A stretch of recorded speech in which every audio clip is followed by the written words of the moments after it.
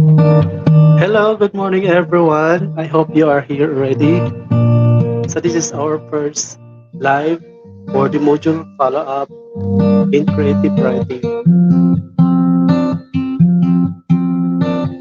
So anyone on the line, please you may comment now so we can start checking your attendance.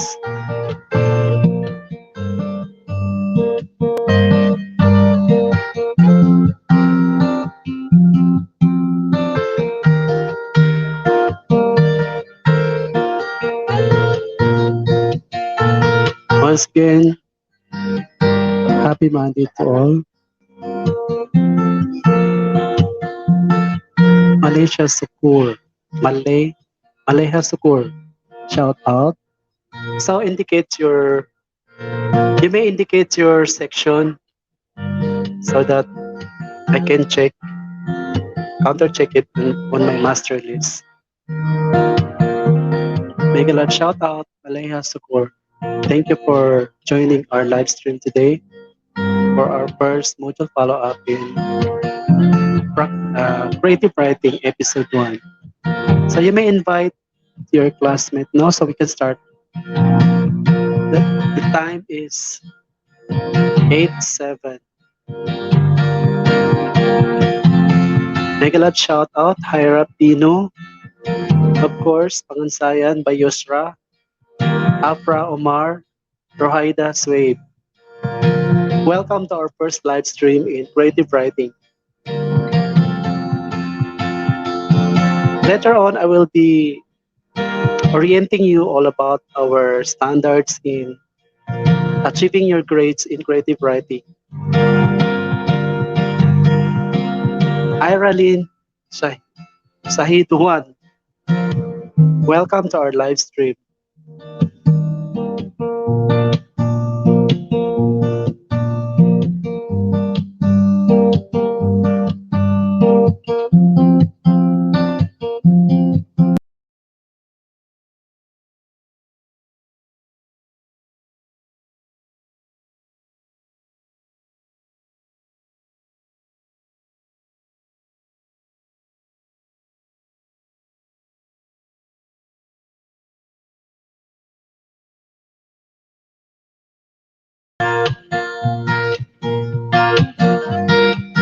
Amera Lutsima, welcome. Sophia Masturataya, welcome to our live stream. Sainudin Mariano, shout out. Jean Claire Aris, of course, mega love shout out. Monica Samama, welcome to our first live stream in creative writing module follow-up. UMC.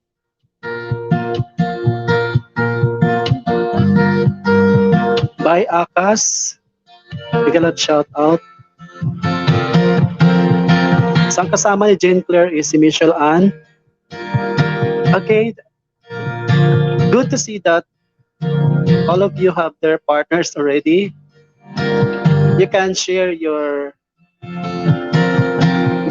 phone, you can share the live stream to your classmates, especially those who are taking creative writing for today. Si Emma Daliri pa. Okay, tatlo sila. Jane Claire Aris, Michelle Ann, then Emma Daliri. Thank you so much. Mega love shout out Asmira Bayo. Thank you for coming. Yumsty. Yes, good morning. So if you can reach 30, kapag magta-30 na tayo, we will start the discussion proper.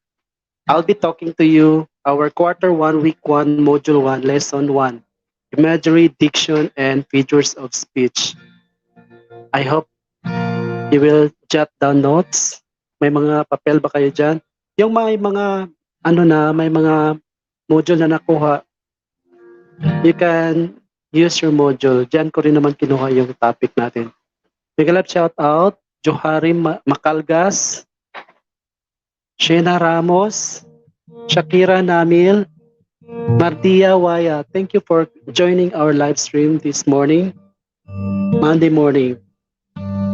Today is September 18? 18 ba ngayon?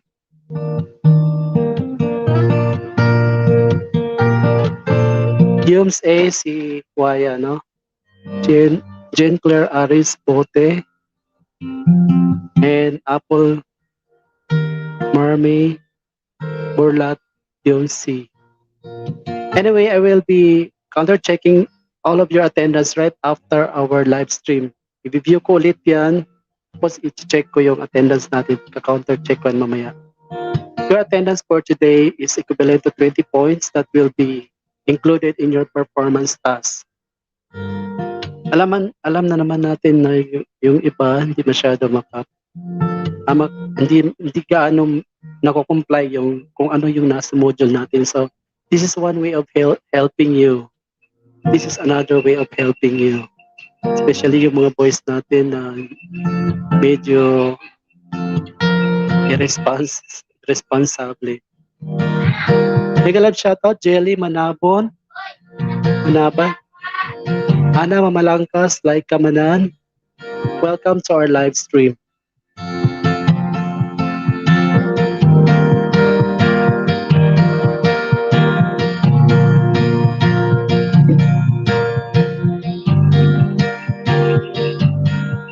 Huwag na kayo alis ha, we will start now. The time is at 12. At 15, we will start discussing our lessons. Mega love shout out, Rayhana Sabiwang, Ana Mamalangkas, Marifa Abdul Gani, Yums A, Yums C, Rayhana Sabiwang. So as what I've said, I will be counter-checking your attendance after our live stream. I-view ko ulit yung live stream natin kasi doon yung mga pangalan yung kita ko rin naman yun. So indicate your sections. Mega love shout out, Marifa Abdul Gani from Yums A. Yes, Nur Hasim, Silungan, Norjen Namil. Mega love shout out. Kala ko kung graduate na si Nur Hasim. And Sheena Ramos with J. Mark Maulana. Yan, you can share your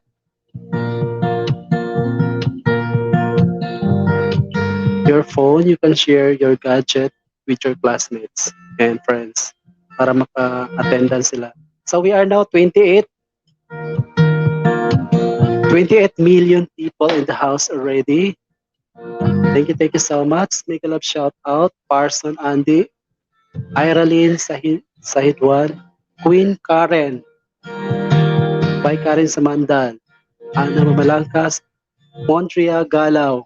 Make a love shout out from Yums A. So we are now 31. Just comment if we still need to wait for the other to come.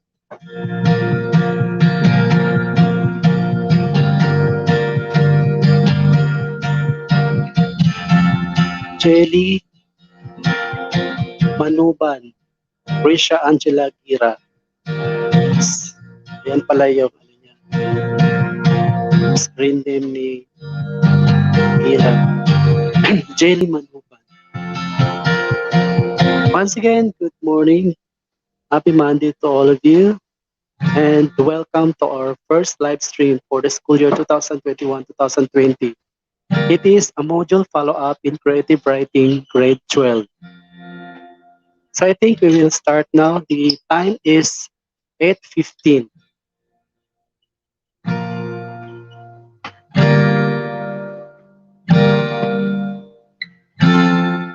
Hindi ka pag-contact sa parang ito magtatawan sa pagpapag.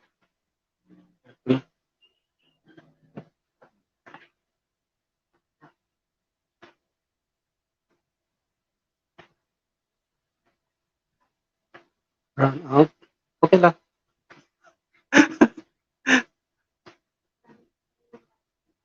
Medyo madilim. But anyway, the show must go on. Pwede. Okay na dito.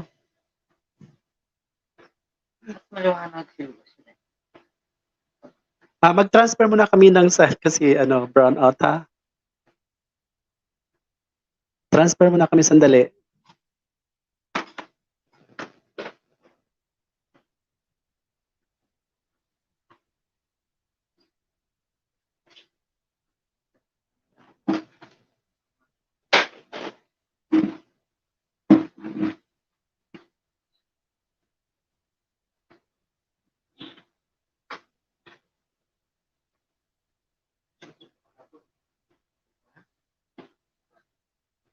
Kalimutan ha.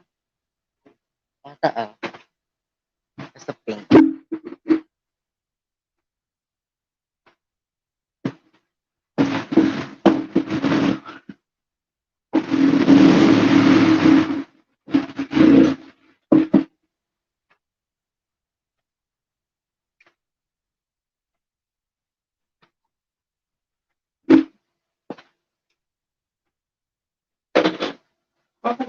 Bakit diba sa cellphone?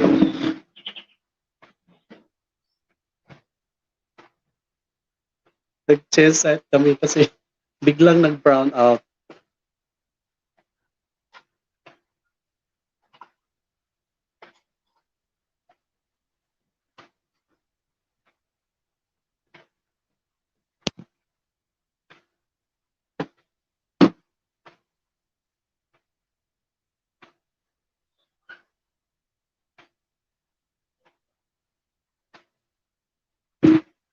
Okay, I think. Okay bang boses ko, guys? Okay, we are 36 million people in the house. 36 million. So, I think we start now. Make a love shout out person Andy, Mushabin Aliding, Jaime Abdullah, Irelyn Sahid Juan, Hyra Pino, Maleha Sukor, Joe Art Barrios, make a love shout out, Hamsia Piang, Rebecca Budin, Kepram Yunsti, then Hasmera Bayaw. Okay, hello. Okay lang ang boses ko. Can you hear my voice? Can you hear me?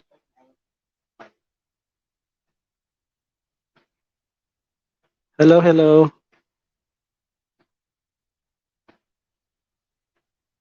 Welcome to our live stream. Can you clap?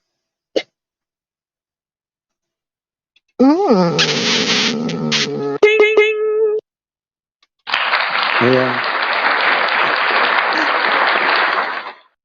Welcome to our live stream. Parson Andy, Shakira Namil, Stuart Barrios Amira Ludsiman Pars. Okay.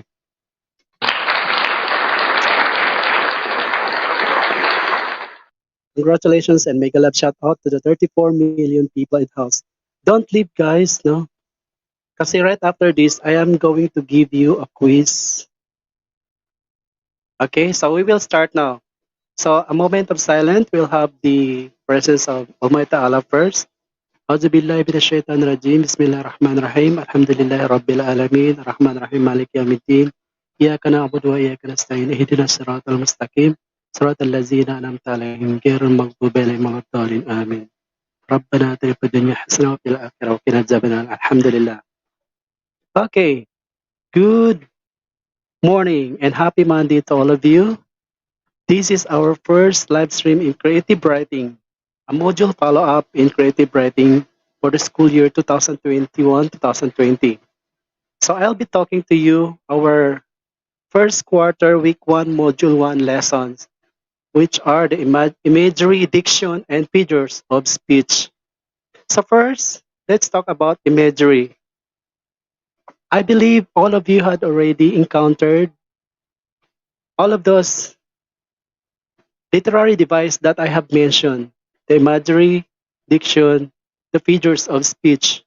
So imagery as a general term covers the use of language to represent objects, actions, feelings, thoughts, ideas, states of mind, and any sensory experience.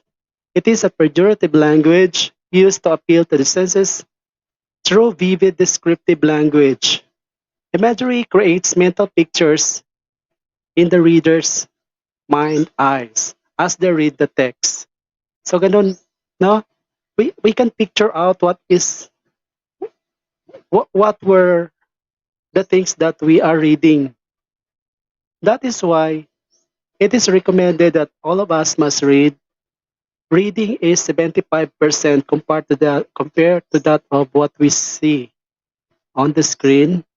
Mas maganda yung binabasa natin yung nobela bago natin pinapanood, no?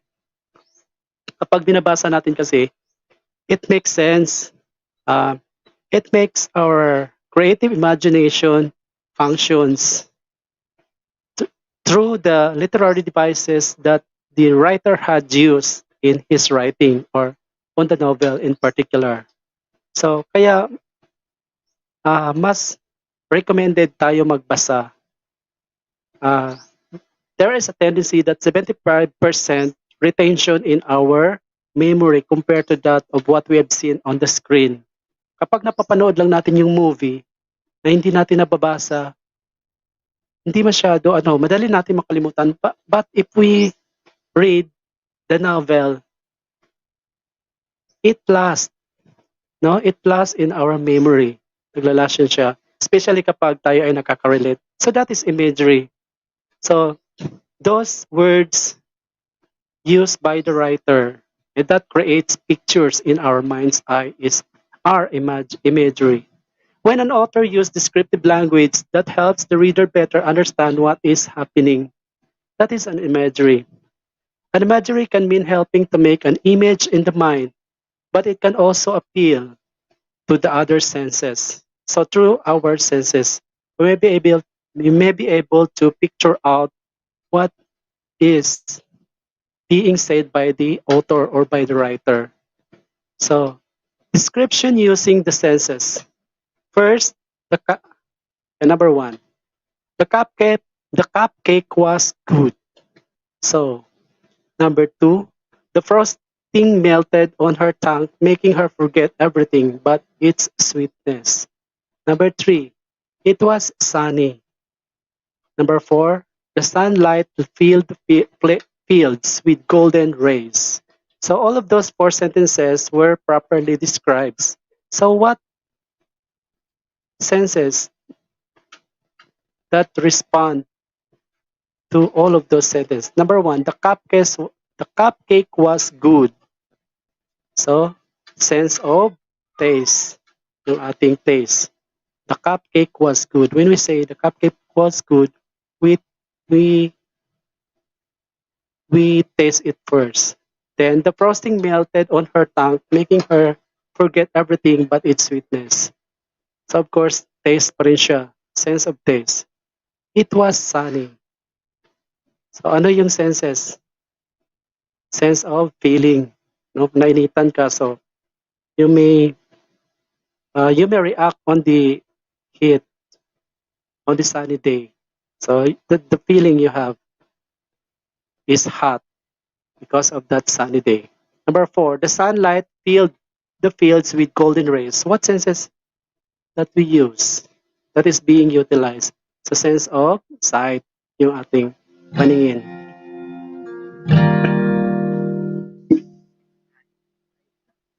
Think back to something you have read and feel you can picture it in your mind clearly. The author painted the picture for you using the words. Go back and focus on how the author made you remember a specific detail. So yun. You can review those old novels that you used to read before that you can relate best.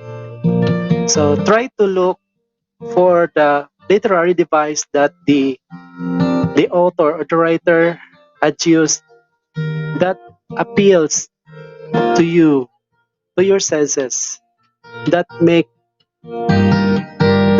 it very meaningful to you.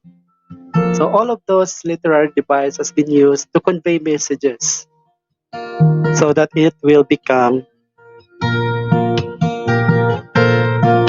reality. So types of imagery. First is visual imagery. It appeals to the senses of our sight. Example, the color, the size, the shape, the light, darkness. All of those things that is being seen by our naked eye are visual imagery. So when I wake up in the morning and open the door and I saw that morning sun, morning rays or morning sun shine. So I use my sense of the visual imagery. Example, no time to see in broad daylight, streams full of stars. So sense of visual imagery. Next, number 2, auditory imagery. It appeals to the senses of hearing. Auditory. Example, I hear leaves drinking rain by W.H. Davis. Uminom ba ng ulan ang mga dahon ng puno? No, it's not. But when you are in the middle of the forest, on the forest floor, and suddenly the rain comes and the rain starts to drop on the leaves of the tree, it creates a vivid picture to your imagination, and it has its sounds. So that is auditory imagery, using the sense of hearing. When you hear the tick-tock of the clock on the wall in the middle of the night, you may be awakened and see what time is it. Or you may suddenly be awakened by the scratch made by some gecko and other insects on the ceiling. So that's auditory imagery. Number 3 is tactile imagery. That is the sense of touch, from the word tactile, touch. Make a love shout out for the 44 million people who are attending in our live stream today. Thank you so much. Number 3, balik tayo sa ating topic. Tactile imagery, the sense of touch. I feel the ladder sway as bows bend. Okay? By Robert Frost. Through our hands, now we may be able to touch things and we feel the roughness, the smoothness. So when you try to rub your pet at home, just like a kitten, and it's fake fur. So it is as soft as cotton, di ba? So you use your sense of touch, your tactile imagery. Number 4, olfactory imagery, the sense of smell. Okay? Number 5, gustatory imagery, the sense of taste, sweet, salt, bitter, and sour. Yan. Gustatory imagery yun siya. Taste, a sense of taste rather. So our taste is based on the sweetness, the sultry, and the bitterness and the sourness of what we ate or what we take in our mouth. Number 6 is kinesthetic imagery, deals with action. If we see something moving, so that is kinesthetic imagery. So next topic we have, did you get by the way before we proceed to our next topic? Let me reiterate to you the types of imagery. First is visual imagery. Second, auditory imagery. The visual rather appeals to the senses of our sight. So we may see colors, size, shape, lights, darkness, lightness. Next, auditory imagery appeals to the senses of hearing. Next, tactile imagery, sense of touch. Next, olfactory imagery, sense of smell. We use our nose to smell things. Number 5, gustatory imagery, sense of taste.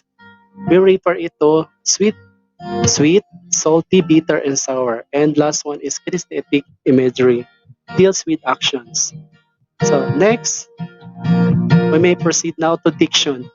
What is diction? It refers to the selection of words in a literary work, the author's choice of word. A work's diction forms one of its centrally important literary elements as writers use words to convey action, reveals character, imply attitudes, identify themes, and suggest values. It includes specificity and the sounds of the words.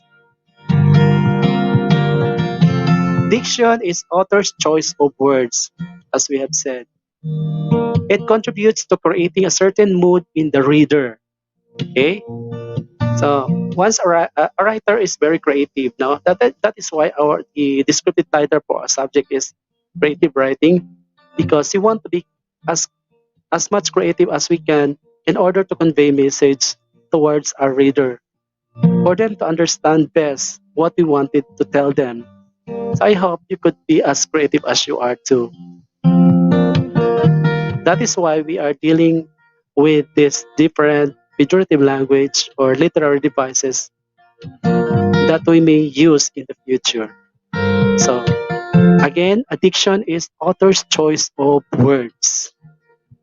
Meron tayong freedom para mamili ng mga salitang dapat natin gamitin kapag tayo ay nagsusulat, mga akmang kataga, mga akmang taludtod, mga salita upang maihatid natin kung ano ang ibig nating sabihin mula sa kaibuturan ng ating mga puso. Nagiging makatano tayo.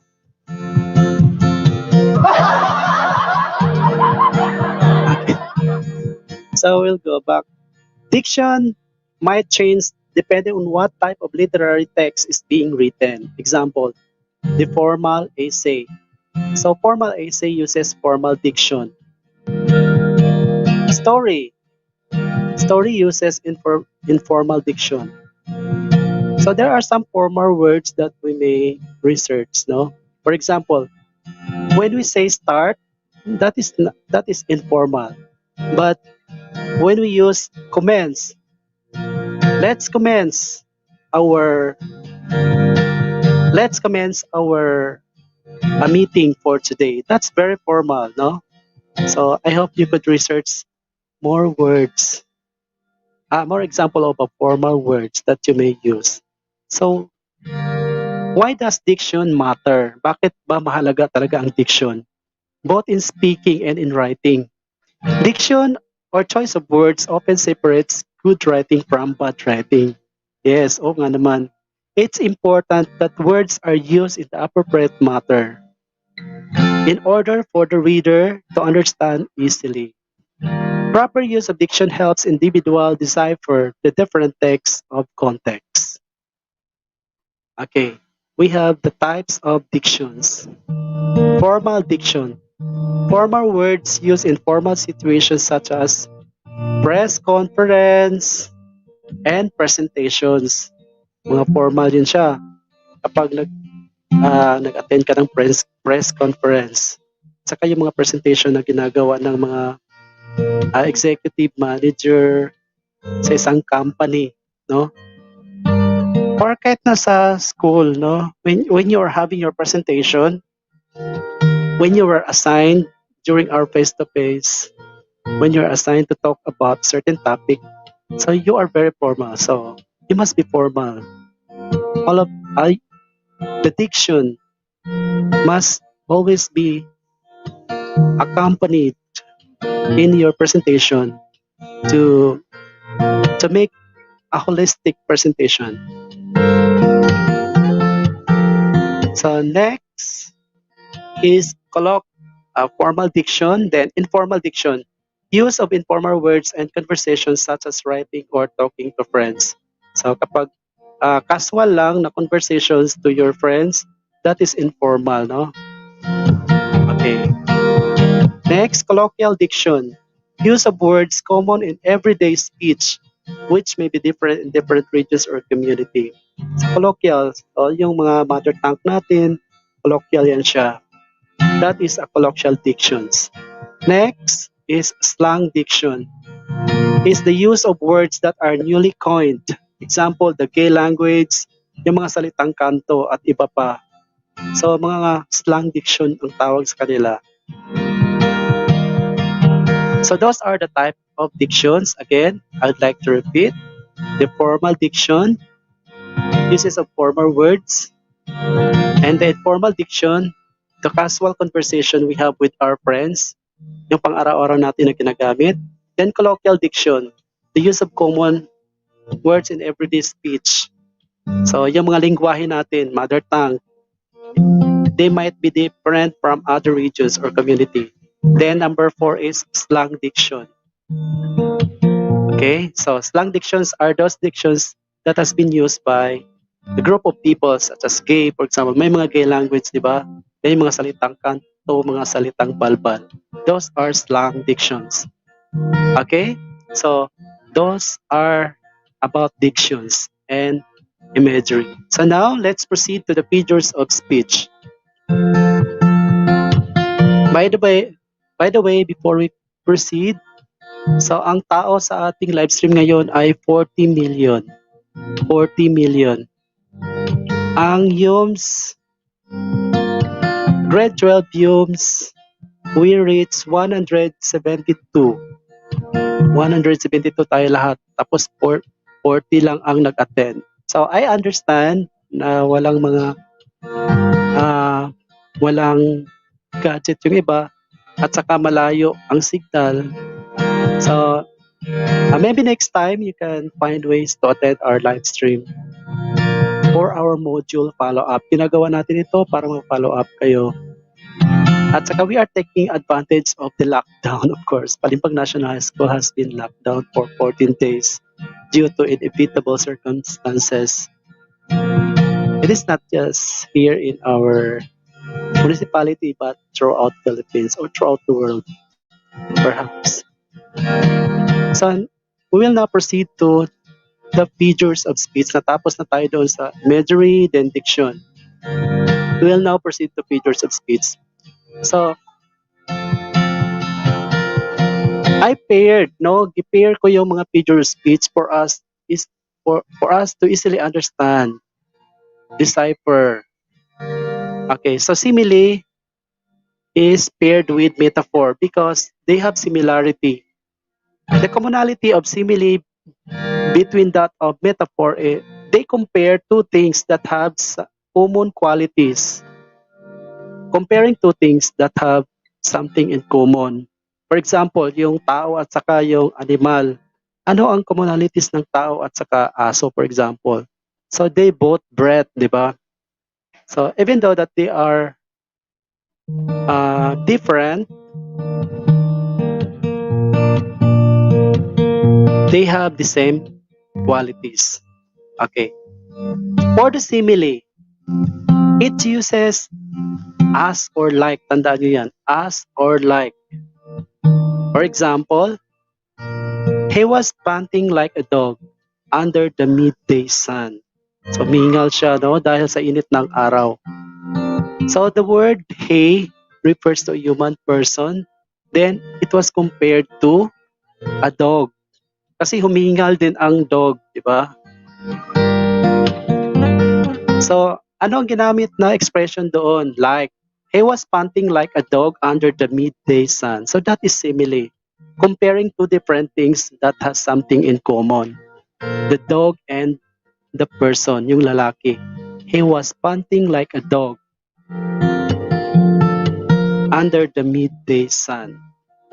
Yun ang simile. Sa kabilang dako, ang metaphor naman ay hindi gumagamit ng as or like. Diretso siya, no? Pareho sila na nadi-describe na nagko-compare ng dalawang bagay na magkaibang bagay, subalit may isang katangian. Mayroon silang katangian na pareho. So, ang ating metaphor ay, he was an exhausted dog under the midday sun. Wala na siyang as or like, hindi na siya ginagamitan ng as or like. Diretsahan, kumbaga, mas mabigat. For example, pag sinabi ko, baboy ka, kasi mataba siya, no? I address him, baboy ka, ano yun siya? Anong figures of speech yun siya? Kapag sinabi kong baboy ka, diretsahan, di ba? So that is metaphor. Pero kapag sinabi ko, para kang baboy, so, kasi mataba siya, no? Para kang baboy. So, para lang, hindi masyado. So, I use simile. You are like, you look like a pig because of your size. So, yun. So, kumbaga, mas formal mas diretsahan ang metaphor, no? Ako mas gusto kong gumamit ng metaphor kaysa sa simile. Ang simile kasi, para sa akin, no? Parang simple siya, using as or like. Okay?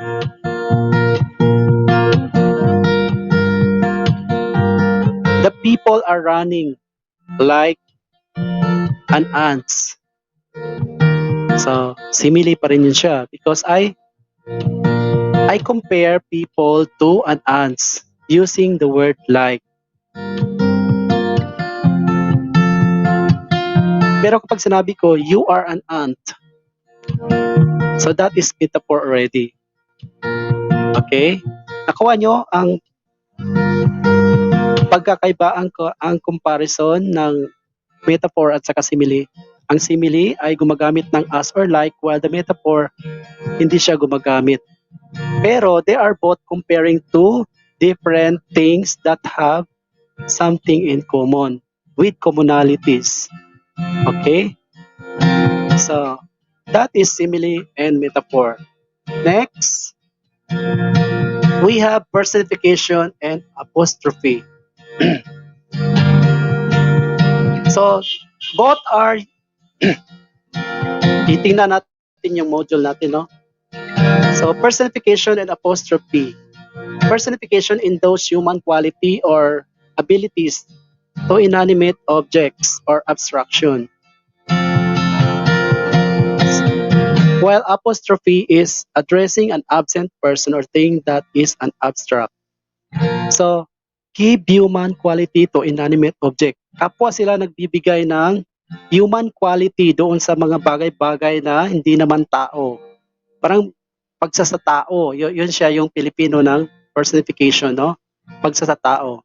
Ang apostrophe ganun din siya, nagbibigay din siya ng human quality doon sa inanimate object. For example, yung mga halaman, no? Yung sunflower, pwede mo siyang gawing tao. Okay? So, personification give objects human actions or emotions. Okay? So, ang personification, binibigyan niya ng buhay, ng action at saka emotion yung bagay na wala namang buhay. For example, the clouds wept for 3 hours.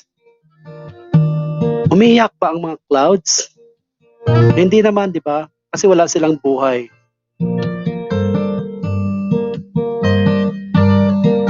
Pero binigyan ng emotion ang clouds.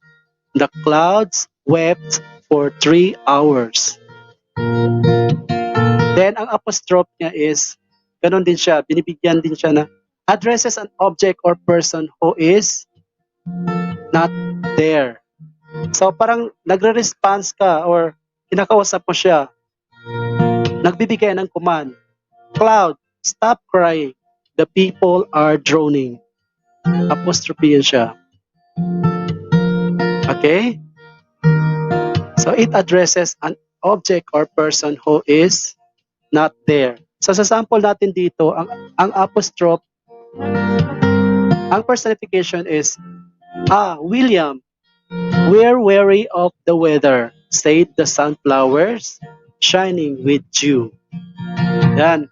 Yung ang inanimate object na ginamit dito ay ang sunflower. Binigyan siya ng buhay na makapagsalita, actions, to talk. Sabi niya kay William, we're wary of the weather. Okay? So, ang apostrophe dito sa ating module, example, Death, be not proud, thou some have called thee. Sa Old English itong the ha, this is equivalent to you. That, be not proud, thou some have called you. So yan, parang nag-a-address siya, no? It addresses an object or person who is not there. That is an apostrophe. So kaya pinag-pair ko sila. Personification between that of the apostrophe, simile and metaphor, kasi maraming nalilito kung anong pagkaiba ng dalawa.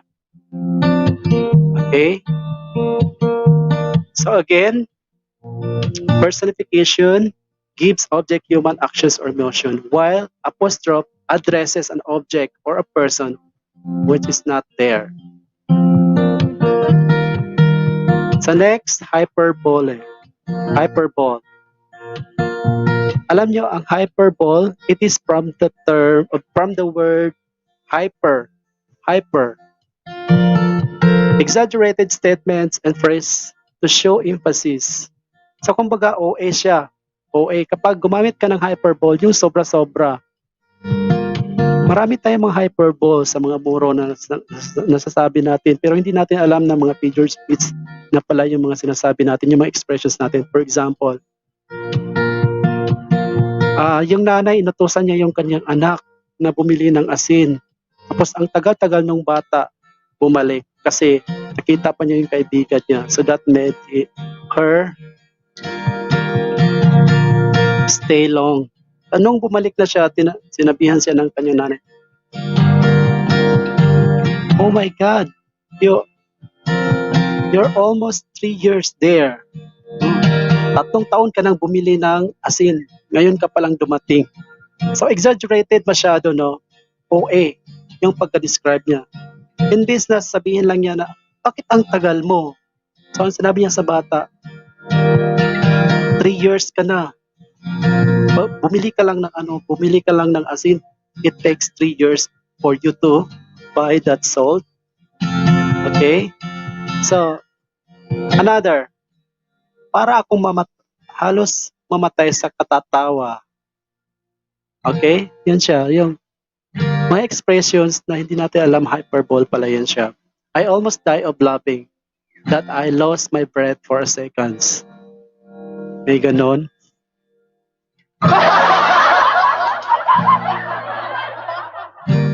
Okay, another example of hyperbole.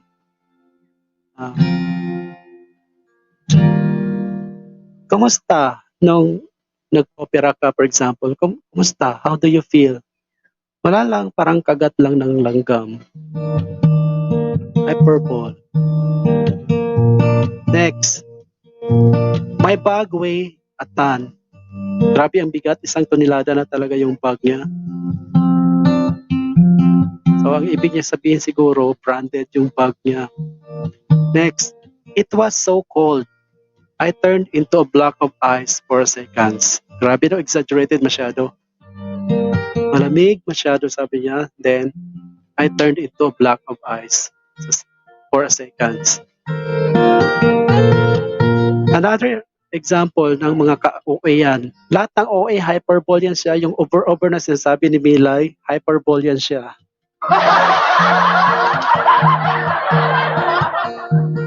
To make enough noise to wake the dead. Grabe. Bakit ba kapag when you pass by on the graveyard dead, mag-iingay ka, magigising ba talaga yung mga patay? So, ibig sabihin, huwag masyado mag-ingay when you pass by on the graveyard. Kasi nga, respeto yon siya. So, hindi yun siya totoo na magiging buhay ang mga patay. Hindi na yun magiging buhay, no? Not unless the day of resurrection na siguro.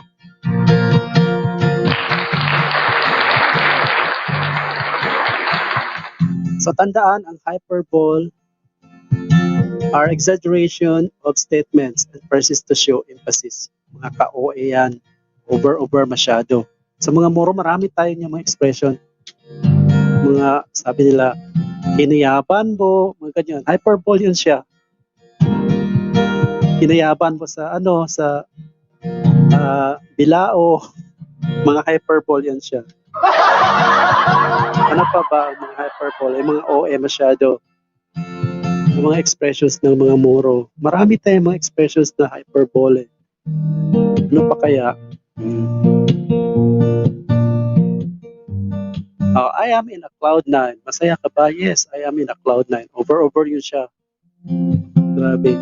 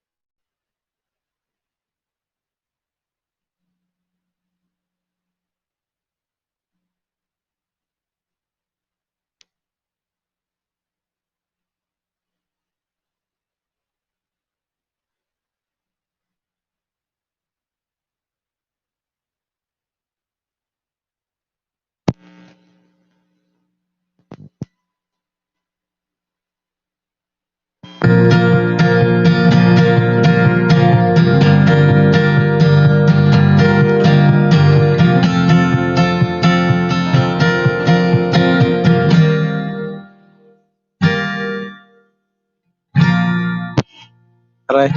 So we are back, guys. I'm sorry. There was an interruption due to technical problem. Unavoidable talaga ito. Welcome back to our live stream. Ibrahim Kosain, Hasmera Bayaw. Ano sabi ni Ibrahim? Aladdin din, low signal daw. Bili ka na kasi ng sarili mo, Aladdin, ng Wi-Fi. Okay. Baka naman, kailangan mo ng sign language. Cobra Gaming. Next time. Okay, so we will now proceed to our topic. So this would be the last. So I have here this feature of speech, the synecdoche,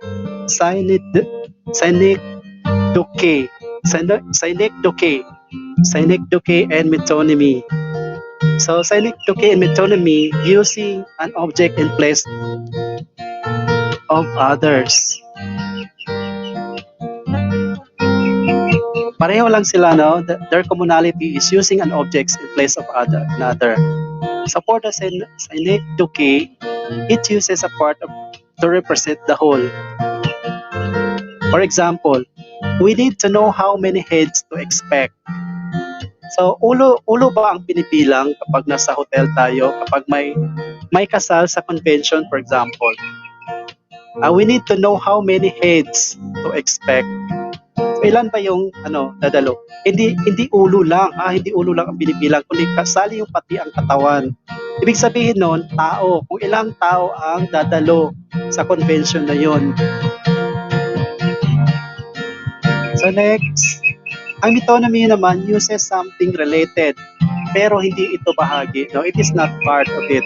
For example, the venue will charge us by plate. The venue will charge us by plate. Plato ba ang pinipilang kapag nasa convention tayo? Hindi naman, no? Hindi. Kasi kapag doon ka nagpakasal sa convention, you will grabe, malakas masyado ang natin, ha? Ayusin ko muna. So, kapag sa convention kasi, Pacquiao yan siya. So, the plate is not a part in the venue. So, okay lang siguro kung sabihin natin ang bilangin is bangko at saka lamesa. Part siya ng convention. Pero yung plate, it is not a part of the convention. Even though, it is related siya, no? Related siya doon sa activity na yun, sa event na yun, but it is not a part. Okay, again, metonymy uses something related, but it's not a part of it. The venue will, example of a metonymy in sentence, the venue will charge us by plate. Okay? So, doon naman sa synecdoche, we need to know how many heads to expect. So, hindi yung ulo lang binibilang, katawan, buong katawan talaga. So, ilang tao ang mag-attend doon sa kasal na yun, for example. So, that ends our topic for today. So, our quiz, mag-quiz na tayo, guys.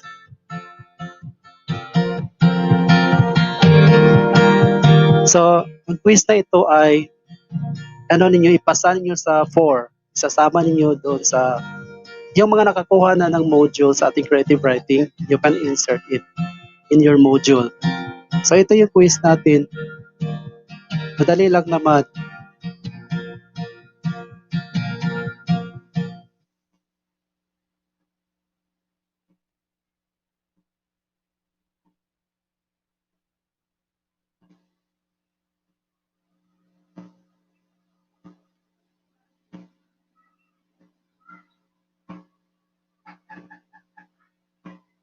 So, 4 lang ito. 4 lang. So, isusulat nyo, ha, yung sentence natin. Directions. Which figure of speech was used in these sentences? Which figures of speech was used in these sentences? Number 1. Yung sentence mo na isulat niyo, ha. The ground rumbled under my feet. The ground rumbled under my feet.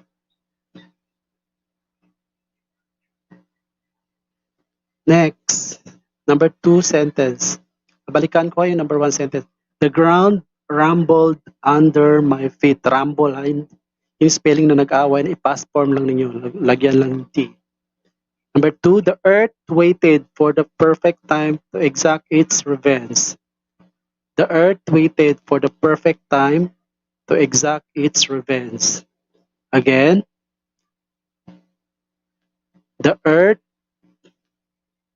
waited for the perfect time to exact its revenge. Thank you so much, Molly Dindago. Ganda daw ng music natin. May ganun.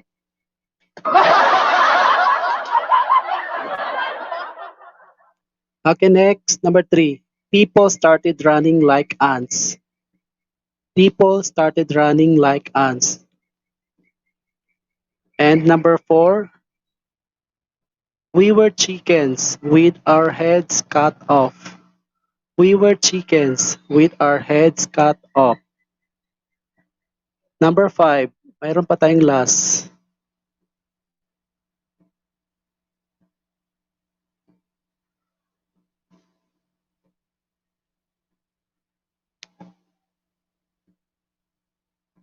Kyle cried about it for hours, but said, no, hindi pala ito.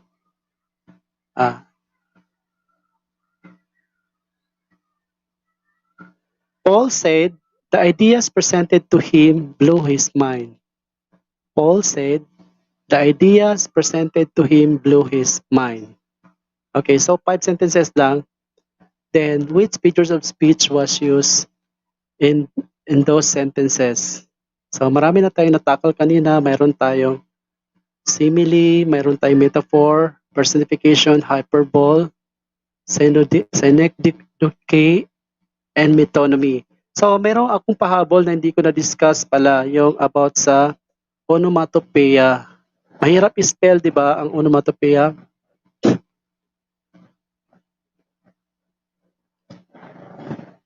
The onomatopoeia use words that imitate the actual sound of the object or action it describes. So, yung actual sounds, no, ginagamit kapag yung sounds ay ginamit mong words, onomatopoeia yan. For example, the chirps of the bird. The chirps of the bird. Onomatopoeia yun siya, no? Chirps is the sound of a bird. So usually, ang onomatopoeia uses machines at saka yung animals to create sounds, di ba? So, all of those sounds, when you use it as word, it become onomatopoeia. So, for example, ng mga machines such as wall clock, yung train, ano ang sounds ng train? Yung bell, ding dong, di ba? Yung nahulog na object, yung nahulog na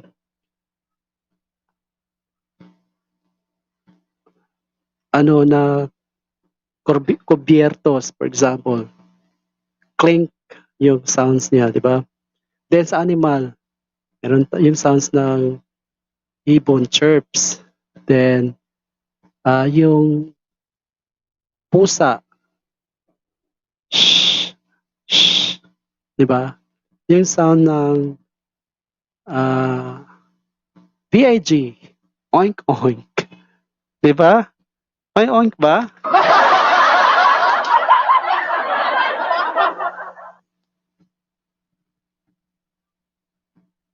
Okay. I-send ko sa GC yung 5 sentences natin kanina ha, para sa hindi naka-take note. I-send ko yan sa GC para meron kayong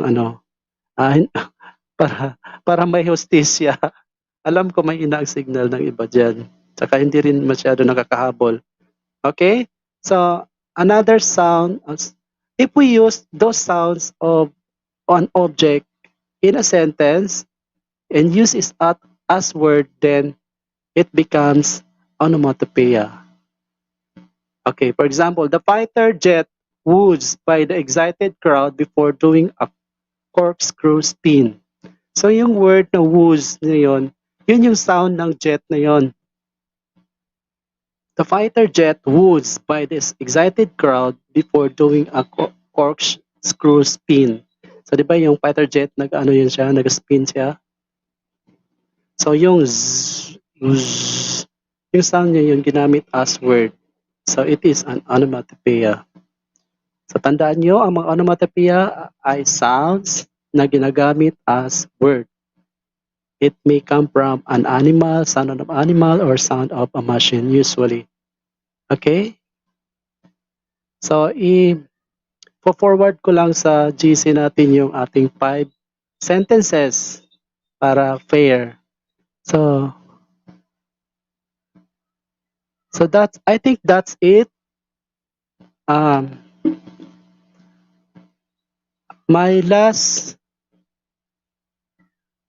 topic is all about our grading system, no?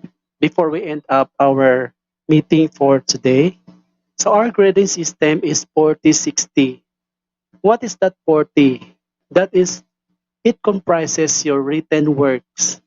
So in your module, you can see some of it has its answer key. Yung lahat ng mga may answer key dyan that you can easily copy yung para sa iba, pero yung iba nag-isip talaga bago nila titingnan yung answer key, yan ay written works. Written work comprises 40% of your grade. Then what about the 60? That is your performance task. Saan nakukuha yung performance task natin? Doon sa ating mga essay. Those questions, HOTS questions, higher order thinking skills. Those questions that develop higher order thinking skills are considered performance tasks. For short, yung lahat ng mga ina-explain ninyo na walang answer key dyan, yan ay performance task natin. And that is 60% of your grades. I hope everything is being made clear to you para alam ninyo kung paano kayo makakuha ng grado. Then, this live stream attendance of yours will also be included in your performance task. Those who are present today na nag-comment dyan, kasi iti-check ko mamaya, you have already your 20 points for your performance task. Ano pa ba? So maybe next live stream, I will be with Sir Ngoda since it is lockdown at doon siya na house sa San Roque. I was not able to come.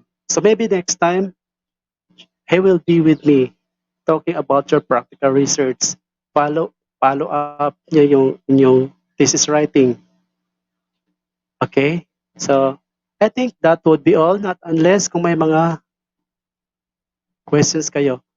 Afra, Omar, sasulat ko lang sa GC, sasend ko lang sa GC yung ating 5 sentences, okay? Sa lahat ng mga nahuli dyan, para may ano rin kayo, may masasagutan din kayo. So that would be all. Thank you so much. Again, thank you so much for joining our first live stream in your module follow-up in our creative writing for the school year 2021-2022. Assalamualaikum and happy Monday to all of you. Sounds good.